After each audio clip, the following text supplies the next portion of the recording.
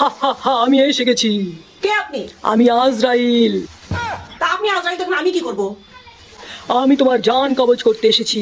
হ্যাঁ, আপনি আমার জান নিতে আসছেন কেন? হ্যাঁ, কি জন্য আপনি আমার জান নিতে আসছেন? আপনি যদি এখন আমার জানটা নিয়ে নেন, এই যে আমার পুরো সংসার, সামনে ঈদ, দুনিয়ার কাজ, থালা বাসন মাজা, ঘরের কাজ বা প্রত্যেকটা ঘরের কাজ কে করবে? আপনি করে দিবেন? আপনি তো করে দিবেন না। কি জন্য আপনি আমার জানের পিছে পড়ে আছেন? হ্যাঁ, জান কি আছে? মেয়ে মানুষের জান থাকে? হ্যাঁ, অর্ধেক তো শেষ, আজকাল তো জীবনটা তো শেষ হয়ে গেছে। এই শেষ জিনিস আপনাদের নিতে আসা লাগবে?